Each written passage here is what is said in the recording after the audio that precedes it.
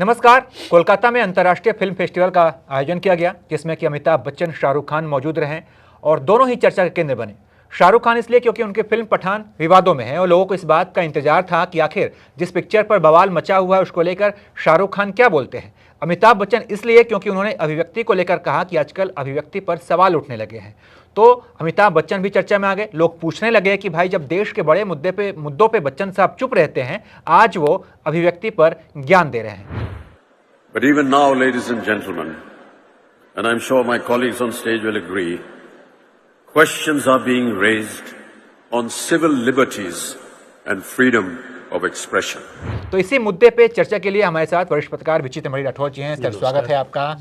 और सर, सबसे पहले मैं आपसे ये मुद्दा समझना चाहूँगा कि इस पर बवाल क्यों मचा हुआ है। ये बवाल मचा हुआ है शाहरुख खान की एक फिल्म है जो अगले साल जनवरी में रिलीज होने वाली है, पठान। उसमें एक गाना है बेशर्म रंग। वो उसमें उस गाने में एक जगह पे जो फिल्म की अभिनेत्री हैं दीपिका पादुकोण, उन्होंने भगवा रंग की बिकनी पहनी हुई है। उसको लेकर के बवाल मचा है। मध्य प्रदेश के मुख्यमंत्री माफ कीजिएगा, गृह मंत्री नरोत्तम मिश्रा ने कहा कि हम फिल्म तक नहीं रिलीज होने देंगे। और उसके अलावा देश भर में तमाम जगह धरना प्रदर्शन, विरोध, उनके पोस्टरों को मारा जाना, जलाया जाना, ये सारी चीज़ें शुरू हो चुकी हैं। ये मूल कहानी है विरोध का। तो बच्चन साहब का जो बयान आया अभिव्यक्ति को लेकर, इसको आप किस रूप में देखते हैं? बच्चन साहब ने बिल्कुल सही कहा है कि फिल्म वालों की अपनी एक दुनिया है। वो समाज में जो कुछ हो रहा है उसको भी दिखाते हैं, कुछ कल्पना का भी पुट रहता है। वो अपनी उनकी दुनिया है, उनको सांस लेने दीजिए। लेकिन जिस तरह से हमारे समाज में एक किस्म की कट्टरता बढ़ी है, इसको कट्टरता ही कहा जाएगा। अमिताभ बच्चन जैसा आदमी जो बहुत संतुलित रहने की कोशिश करते हैं या किसी विवाद में पड़ना नहीं चाहते हैं, अगर उनके जैसा व्यक्ति ये बोल रहा है कि अभिव्यक्ति पर सवाल उठ रहे हैं, तो हमें ये मानना होगा कि सवाल तो उठ रहे हैं। वैसी स्थितियां पैदा की जा रही हैं। अब गृह मंत्री, मध्य प्रदेश के गृह मंत्री, वो संवैधानिक पद पे बैठे हुए हैं। उनको उस गाने में गेरुआ रंग दिख रहा है बिकनी में, जबकि जिस समय बेशर्म रंग गाया जा रहा है उस समय, मैंने पूरा गाना सुना है, उस समय वो भगवा रंग की बिकनी नहीं पहनी हुई है दीपिका पादुकोण। एक चीज़ तो ये है। दूसरी चीज़ है कि ये इत्तेफाक हो सकता है कि ये विवाद तब शुरू हुआ है जबकि चिन्मयानंद स्वामी, जो केंद्र में मंत्री भी थे, जो सन्यासी अपने को कहते हैं, भगवा वस्त्रधारी हैं, उनको अदालत ने फरार घोषित किया है। अच्छा। उन पर आज से 10-1 साल पहले किसी अपनी ही एक शिष्या से रेप का आरोप है। भगवे रंग की बिकनी पहन लेती है अगर कोई महिला, उससे नहीं अपमानित होता है।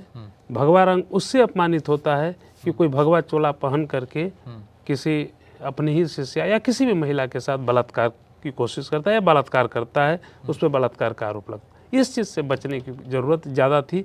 उस पर अगर बोलें तो नरोत्तम मिश्रा को इस बात पे बोलना चाहिए था कि उनके ही एक सांसद, गोरखपुर से सांसद हैं, गोरखपुर, हमारे मुख्यमंत्री जी स्वयं गोरखपुर से आते हैं, उत्तर प्रदेश के, और वो भगवाधारी हैं, वहाँ से रवि किशन हैं। रवि किशन अपनी पत्नी की फिगर को लेकर के बातें करते हैं। अच्छा। उससे भगवा रंग का अपमान होता है कि स्त्री को आप शरीर में क्यों बांधते हो। जिस तरह से रवि किशन ने बात की, उससे ये लग रहा था कि उनके लिए स्त्री सिर्फ एक शरीर है। स्त्री को उसके तन में वो बांधना चाहते हैं, उससे बाहर स्त्री का कोई अस्तित्व है, कोई व्यक्तित्व है, इसके बारे में उन्हें नहीं लगता। तो जिन लोगों को स्त्री सिर्फ एक शरीर लगती है, जिन्हें लगता है कि उसको उसके शारीरिक सीमाओं में हम बांध देंगे, जिन्हें लगता है कि उसके रंग पर हम सिर्फ एक धर्म विशेष के रंग को लेकर के हम एक किस्म का ध्रुवीकरण कर देंगे, वो लोग इसका विरोध कर रहे हैं। दूसरी बात, इसमें एक चीज़ और भी है कि धर्म की बात आ गई इसमें। तो मान लीजिए कि अगर कोई हरा रंग पहन ले, तब कल को मुल्ला मौलवी विरोध करने लगे। इतने रंगों का क्या है, हम किस रंग का वस्त्र पहने, ये उसका विशेषाधिकार है। इसमें कहीं राज्य या सरकार, ये अभिव्यक्ति है, हमारी स्वतंत्रता है। अब ये देखिए कि ये लोग भूल जाते हैं कि ये सारे रंग हमारे संविधान, हमारे तिरंगे का भी रंग है। हमारे तिरंगे में केसरिया भी है, जिसे भगवा कहते हैं, हमारे उसमें सफ़ेद भी है, उसमें हरा भी है। और उसमें एक बहुत अच्छी कविता है कि केसरिया बल भरने वाला सादा है सच्चाई, हरा रंग है हरी हमारी धरती की अंगड़ाई, कहता है यह चक्र हमारा कदम कभी न रुकेगा, हिंद देश का प्यारा झंडा ऊंचा सदा रहेगा। तो जिस झंडे में केसरिया, हरा, सफ़ेद सब मिल करके इस देश को सर्वसमावेशी बनाते हैं, आगे बढ़ने की प्रेरणा देते हैं, उस देश में अगर हम एक रंग को लेकर के अगर समाज में एक किस्म की ध्रुवीकरण, कटुता और तनाव की स्थिति या विग्रह की स्थिति पैदा करते हैं, तो इससे और कुछ हो न हो अभिव्यक्ति की आज़ादी जो हमारे संविधान से मिली हुई मौलिक आज़ादी में पहले नंबर पर आती है, उस आज़ादी का हनन होता है। लोगों का कहना है सर कि जो देश के जो बड़े मुद्दे होते हैं उस पर बच्चन साहब चुप रहते हैं, उनको जब बोलना चाहिए, लेकिन आज अचानक से वो अभिव्यक्ति का ज्ञान दे रहे हैं। देखिए अमिताभ बच्चन, ये बात सही है कि कई सवाल उठते हैं जिस पर कि वो चुप रहते हैं। कोई व्यक्ति किसी मुद्दे पर बोलता है या नहीं बोलता है, वो उसका विशेषाधिकार है, वो बोलना चाहे बोले, न बोलना चाहे बोले। अमिताभ बच्चन बाकी मुद्दों पर बोलते हैं या नहीं बोलते हैं, अगर वो नहीं बोलते हैं तब तो कुछ नहीं कहा जा सकता, बोलते तब जरूर ये बात होती कि वो सही बोले या गलत। कोलकाता में जाकर उन्होंने जो कुछ कहा, शायद वहाँ की ज़मीन से उन्हें प्रेरणा मिली हो।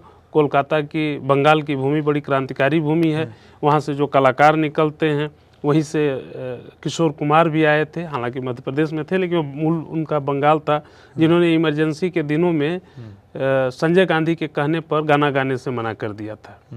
और वहीं से रविंद्रनाथ टैगोर आते हैं, जिनका उपन्यास गोरा, जो लोग धर्म के नाम पर ध्रुवीकरण करते हैं उनको पढ़ना चाहिए। वहीं से शरदचंद्र चट्टोपाध्याय भी आते हैं, जिनका उपन्यास पथ के दावेदार, वो एक ऐसा उपन्यास है जो कोई पढ़ ले तो ये करेगा कि एक अकेला आदमी चाहे तो कितना भी, उस उपन्यास में यही होता है कि आखिर में जो फिल्म का जो उपन्यास का नायक होता है, बूढ़ा आदमी, जब सब उसका साथ छोड़ देते हैं तो अकेले उठता है कि नहीं, मैं फिर से अपनी लड़ाई लड़ूंगा।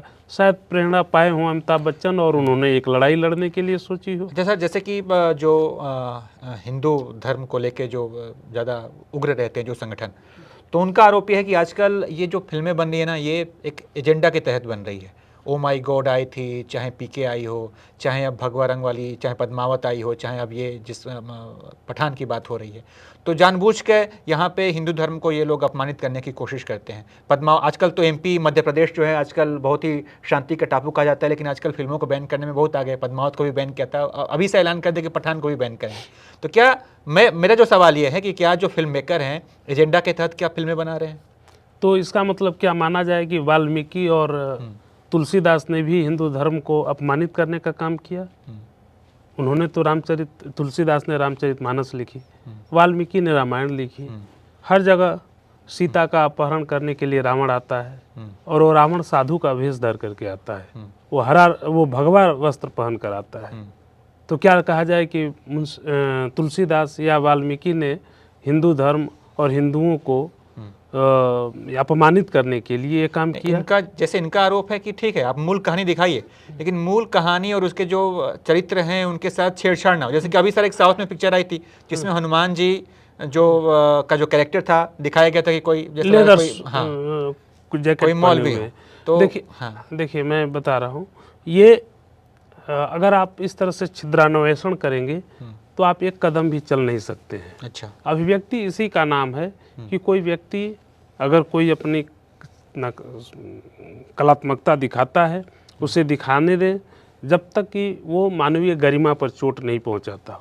इसमें कोई मानवीय गरिमा पर चोट नहीं है, इसमें कुछ लोगों की राजनीतिक भावनाओं पे जरूर चोट हो सकती है। इस तरह से तो आप एक कदम नहीं चल सकते हैं। असल बात यही है। दूसरी बात कि भावनाएं बड़ी सेलेक्टिव लोगों की आहत हो रही हैं। ये अभी मैं नहीं जानता, मैं इस चीज़ को न तो गलत कह रहा हूँ न सही कह रहा हूँ कि शाहरुख खान और दीपिका पादुकोण ये भगवा रंग के बिकनी को लेकर विवाद मचा है।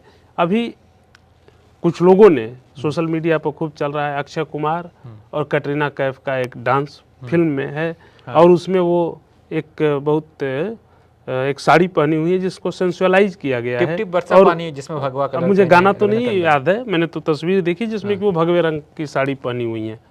अब उसमें कहा जा रहा है कि इस पर क्यों चुप हैं? क्या वो इसलिए कि वो जरा हिंदुत्ववादी हो गए हैं इसलिए इस पे चुप हैं? ये सेलेक्टिव सोच नहीं चलनी चाहिए। और अश्लीलता और श्लीलता को परिभाषित करने कुछ चीज़ें हमें दर्शकों पर भी छोड़ देना चाहिए। ये क्यों मान लिया जाता है कि हिंदू धर्म इतना कमज़ोर है, इतना माने नाजुक है कि किसी फिल्म से वो ख़त्म हो जाएगा या बर्बाद हो जाएगा? इस देश में मुग़ल जब आए तो मुग़लों की संख्या कितनी थी? 10,000, 12,000। असली लड़ाके तो 1,000 ही रहे होंगे बाबर के साथ जब आए। लेकिन जब वो आ गए यहाँ आकर के जब वो 10,000 थे, ठीक है, और यहाँ पर यहाँ पर मुग़लों का राज हो गया। मुग़ल यहाँ पर करीब 300-400 साल तक राज किए, लेकिन हिंदू धर्म को ख़त्म नहीं कर सके।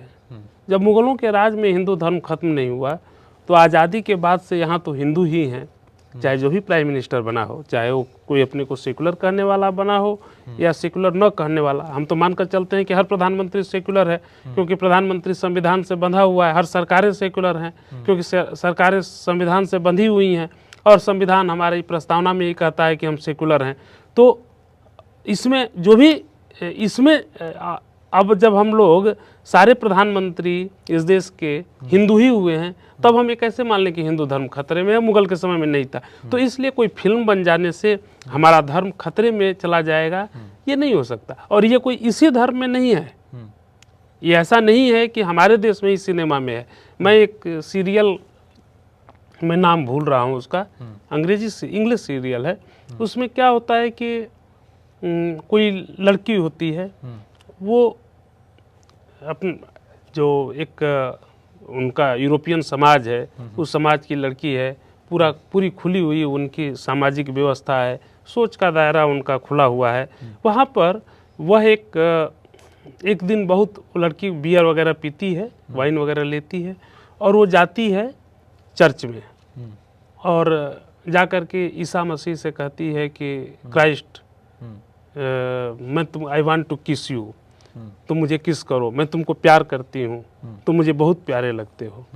उस सीरियल में दिखाता है कि ईसा मसीह के हाथ पैर में जो बंधी लगी हुई कील हैं, वो कील खुलती हैं, वो उतरते हैं, उस लड़की के साथ वो प्यार करते हैं, फिर वो लग जाते हैं। वहाँ पर तो कोई बवाल नहीं मचा। मैं नहीं कहता कि आप तुलना कीजिए, मैं ये भी नहीं कहता कि जैसे उनका समाज है वैसे ही हमारा समाज हो। हर समाज की अपनी मर्यादाएं होती हैं, लेकिन इस तरह से बांध देना कि नहीं आप ये करेंगे तो गलत है, फलां को का समर्थन करो, फलां का विरोध करो, और ये सब कुछ राजनीतिक एजेंडे के तहत करो, तो इससे धीरे धीरे समाज में नकारात्मकता तो फैलती है, और नकारात्मक होकर के हम विकास तो नहीं कर सकते, क्योंकि विकास की बातें ज़्यादा होती हैं। जो लोग विरोध कर रहे हैं उनका ये कहना है कि आजकल की जो सिनेमा बन रही है ना, उसमें हिंदू धर्म की कुरीतियों को या फिर कुछ चीज़ों को दिखाया जा रहा है, लेकिन वही इस्लाम में क्या कमियां हैं उसको नहीं दिखाया जाता है। एक तरफा आजकल पिक्चर बनाई जा रही है और ये एजेंडा है। ये तो और भी बड़ी त्रासदी की बात है कि सत्ता में ज़्यादातर वो लोग हैं जो अपने को हिंदुत्ववादी कहते हैं। फिल्मी दुनिया में भी तमाम ऐसे लोग हैं जो हिंदुत्ववादी कहते हैं, वही लोग बना दें जो इस्लाम की कुरीतियों को दिखाए। देखिए, हिंदू धर्म की या इस्लाम की किसी की कुरीतियों को दिखाने में कोई ये नहीं होना चाहिए। हर कुरीति है। कुरीतियों के खिलाफ उसी समाज का ही कोई व्यक्ति उठता है। जब इस देश में जाति बाल विवाह या सती प्रथा थी, तो सती प्रथा के खिलाफ भी कोई हिंदू धर्म का ही व्यक्ति, कोई राजा राम मोहन राय ही उठे थे। इस देश में दलितों को या जो आदिवासी थे या दलित थे, उनको जब छूते भी लोग नहीं थे, जिनको ये नहीं मानते थे कि वो भी मनुष्य हैं। इसी धर्म में कोई महात्मा गांधी पैदा हुआ, जिसने कि एक दलित महिला को अपने घर पे रखा और बोला कि वही हमारे लिए सबसे पूजनीय है। वो एक सामाजिक जागरूकता पैदा किया। तो हमारे अंदर कमियां हैं तो साफ भी हम ही को करना होगा। अगर उसमें कुछ कमी है तो उसको साफ किया जाना चाहिए। ऐसा तो है नहीं, हमारे अगर हम हिंदू धर्म के बारे में कोई हिंदू अगर बात करेगा उसकी नकारात्मकता पर, तो उसमें क्या बुराई है। तस्लीमा नसरीन इस्लाम की विद्रूपताओं पर बात करती हैं तो अच्छी बात है, क्योंकि वो उस धर्म को ज़्यादा अच्छे से जानती हैं। ठीक है। और जब ये विवाद होते हैं तो हमारे राजनेता इन विवादों को सुलझाने के बजाय वो भी कुछ ऐसे उलूल जुलूल बयान देते रहते हैं, राजनीति करते रहते हैं।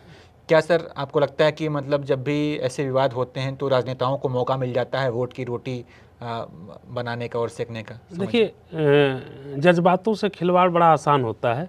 उसकी सबसे अच्छी बात है कि भावनाओं की दीवार, खासकर धार्मिक भावनाओं की दीवार इतनी ऊंची होती है, माफ़ कीजिएगा, धार्मिक भावनाओं की दीवार इतनी ऊंची से ज़्यादा उतनी मजबूत होती है कि वास्तविक मुद्दों से, कि उसके पीछे वास्तविक मुद्दे किस तरह से प्रभावशाली तरीके से अपने लिए अपना हक मांग रहे हैं, वो सब छुप जाते हैं। आप ये देखिए कि इस देश में जो असल सवाल हैं, उन सवालों से ध्यान भटकाने के लिए इससे बढ़िया जरिया क्या हो सकता है कि आप धर्म और जाति के सवालों में उलझे रहें।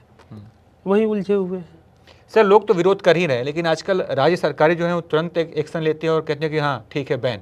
मैंने देखा था शिवराज सिंह चौहान ने पिछली बार जब पद्मावत बैन हुआ था तो पूरा एकदम सभा में उन्होंने ऐलान किया कि पद्मावत बैन बैन बैन, जैसे उन्होंने बहुत बड़ा काम किया हो।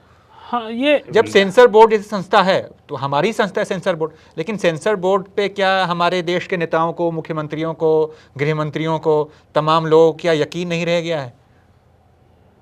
ये सवाल जो आप कर रहे हैं तो इसी में तो उत्तर छुपा है कि शायद उनको यकीन नहीं है, या तो सेंसर बोर्ड को ख़त्म कर दें और जो लोग सवाल उठा रहे हैं उन्हीं लोगों को रख दिया जाए, वो शुरू में ही उसको दफन कर दें।